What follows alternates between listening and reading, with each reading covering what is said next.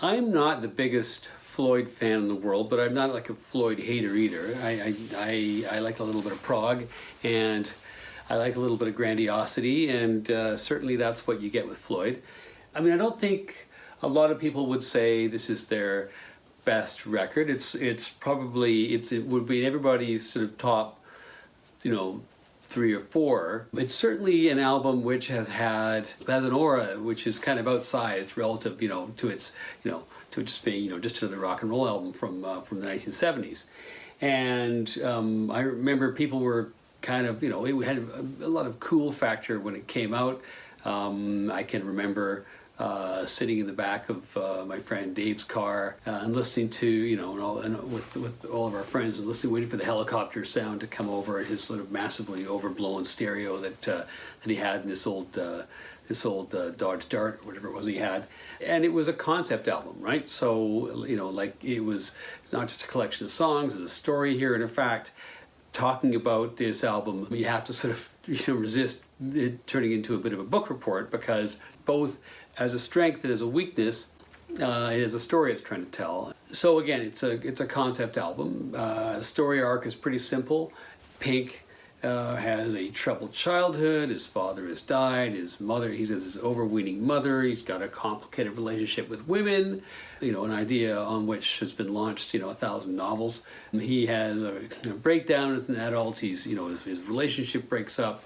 He withdraws into madness.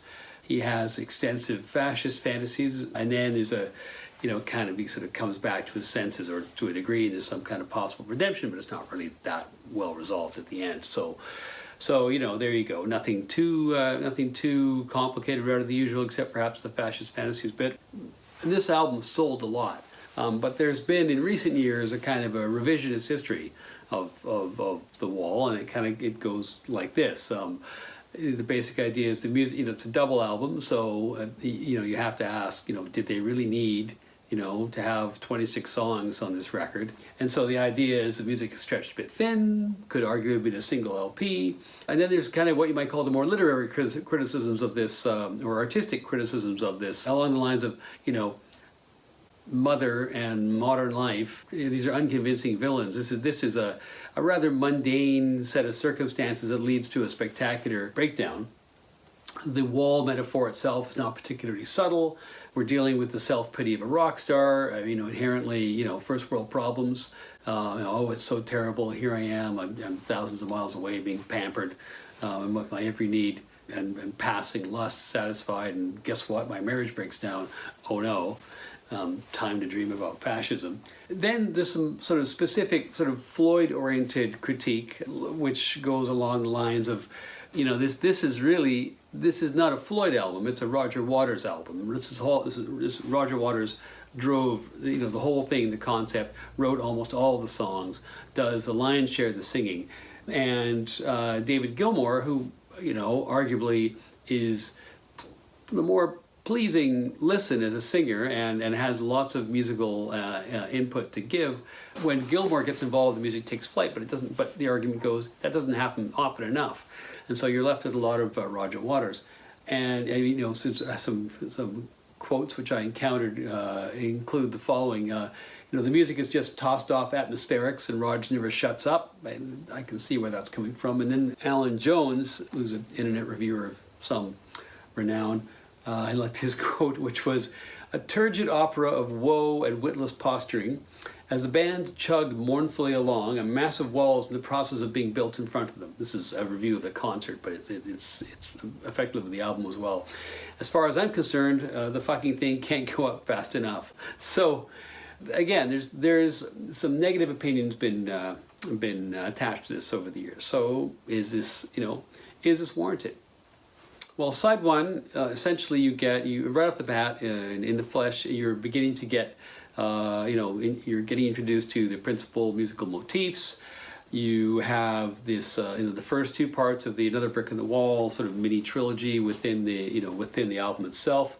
You have a reasonably effective sort of portrayal of you know, the kind of the young life and the troubles of the protagonist here, and of course you have 2 really great songs, well, at least 2. Another Brick in the Wall, Part 2, and Mother, which I think, again, I'm not wild about lyrically, but I think it's a good song.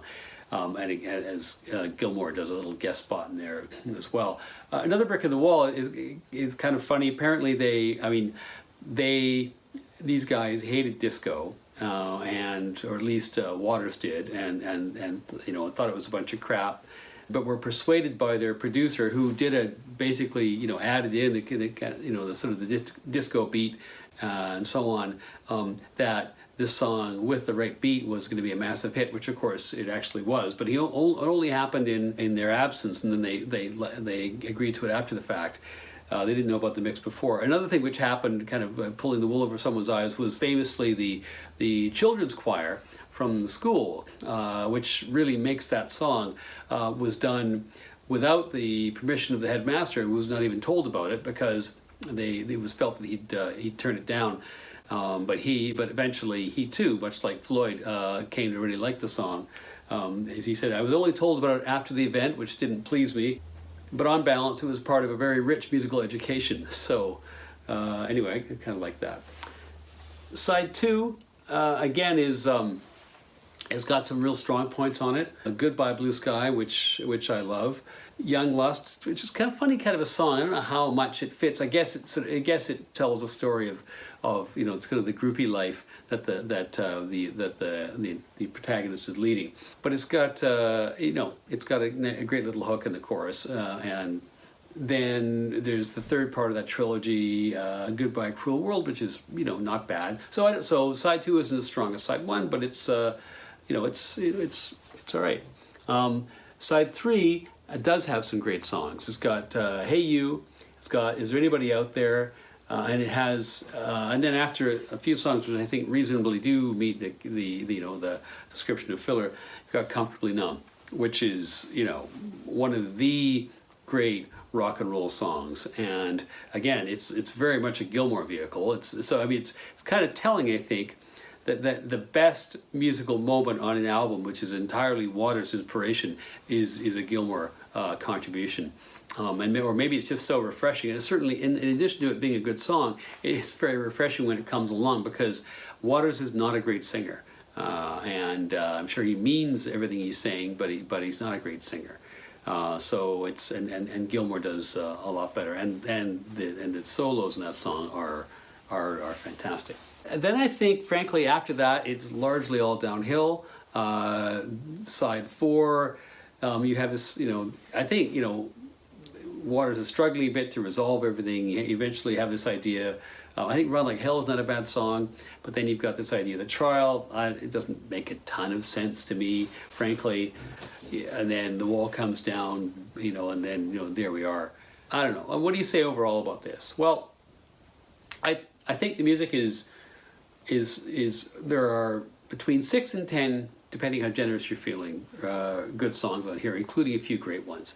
But that's not very many good songs for a 26-song album. Admittedly, some of these are 1-minute little burbly things, but still they take up, valuable listening time, right? So it's got some great moments, but I think it's true that too many of them are associated to the musician who's basically a bit part player in this, which is David Gilmour. I think the theme is not that relatable. As I mentioned, I think it seems a bit grandiose. It's rock star problems. Okay, well, maybe we would all like to have those, certainly at one point in our life. And I think it's, getting back to the fascist thing, I think it's kind of odd. I think this tells us a little bit more about Roger Waters than maybe I want to know. And that, there's an awful lot of people, even if you just take the subset of people who are famous musicians, a lot of them struggle with depression and mania and drug abuse and all the rest of it. But not a lot of that subset have a series of active fascist fantasies. You have to wonder how people from the groups who were specifically targeted by fascism, what their experience of this album is like. I think it has to be a bit complicated. I